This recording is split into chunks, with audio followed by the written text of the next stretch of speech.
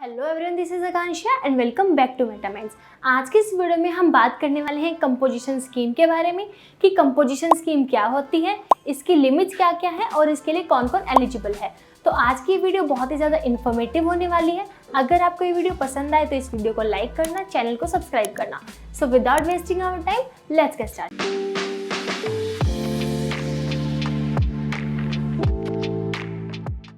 तो सबसे पहले हम बात कर लेते हैं कि कंपोजिशन स्कीम होती क्या है। तो कंपोजिशन स्कीम एक बहुत ही ज़्यादा इजी और सिंपल स्कीम है जो कि जीएसटी के अंडर टैक्स पेयर्स के लिए बनाई गई है। स्मॉल टैक्स पेयर्स को कंपोजिशन स्कीम के आने के बाद अपने टर्नओवर पर एक फिक्स्ड रेट के अकॉर्डिंग टैक्स देना पड़ता है और ये स्कीम उन्हीं लोगों के लिए है जिनका टर्नओवर 1.5 करोड़ से कम होता है। अदरवाइज आप कंपोजिशन स्कीम के अंडर एलिजिबल नहीं हैं। तो अब हम बात करते हैं कि कंपोजिशन स्कीम के बेनिफिट क्या हैं, हम कंपोजिशन स्कीम के लिए अप्लाई क्यों करें। तो देखिए, कंपोजिशन स्कीम के बहुत सारे बेनिफिट हैं। फॉर एग्जांपल, कंपोजिशन स्कीम के अंडर जैसे कि हमने पहले बात की थी, आपको एक फिक्स्ड रेट के अकॉर्डिंग टैक्स देना पड़ता है। मतलब ऐसा नहीं होगा कि आपको अलग अलग सामानों पर अलग अलग टैक्स देना पड़ेगा।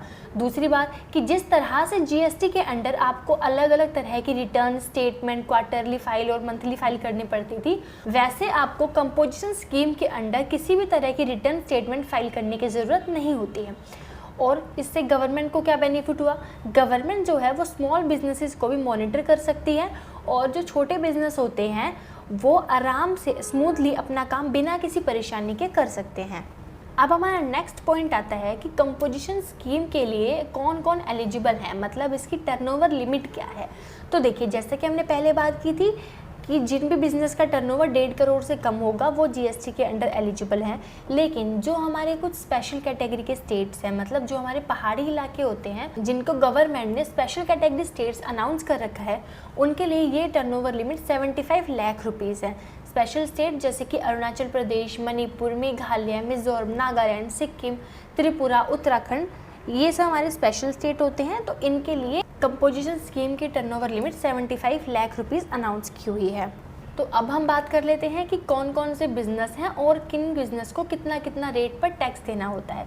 तो देखिए, हमारा फर्स्ट आता है कि जो हमारे मैन्युफैक्चरर होते हैं, मीन जो सामान को मैन्युफैक्चर करते हैं, उनको अपनी टोटल टर्नओवर मतलब सालाना इनकम पर ओनली 1% टैक्स देना होता है। और नेक्स्ट पॉइंट आता है कि जो हमारे ट्रेडर्स होते हैं, जो बिज़नेस कर रहे होते हैं, उन लोगों को टैक्सेबल टर्नओवर का 1% के अकॉर्डिंग टैक्स पे करना होता है। नेक्स्ट पॉइंट आता है कि जो हमारे रेस्टोरेंट्स होते हैं वो 5% टैक्स पे करते हैं अपने टोटल टर्नओवर का।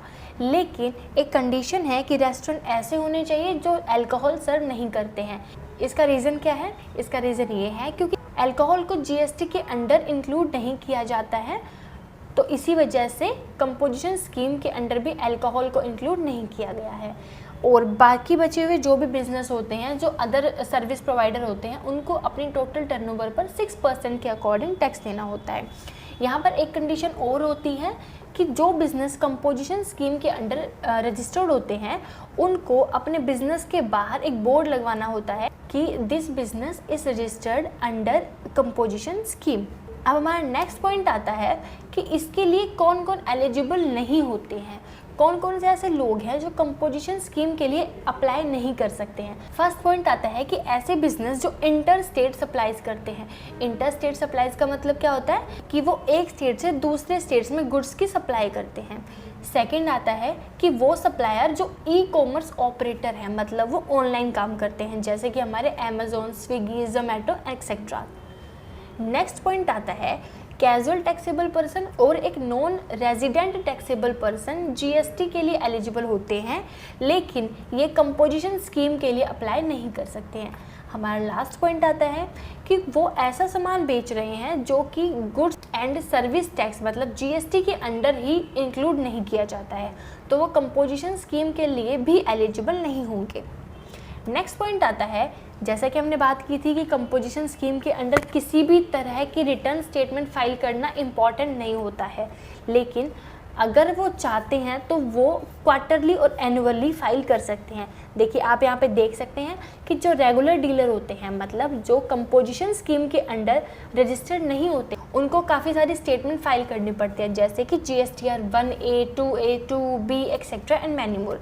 लेकिन जो कंपोजिशन डीलर होते हैं उनको सिर्फ 2 स्टेटमेंट फाइल करनी होती है, वो भी उनके लिए मैंडेटरी नहीं होती है, जो कि होती है GSTR 4 जो कि उनको क्वार्टरली फाइल करनी होती है, और एक आती है GSTR 9A जो कि उनको एनुअली मतलब ईयर के एंड में फाइल करनी होती है। तो ये थी हमारी कंपोजिशन स्कीम। आई होप आपको ये वीडियो पसंद आई होगी। ऐसी इंटरेस्टिंग वीडियोज़ के लिए सब्सक्राइब मेटामाइंड्स।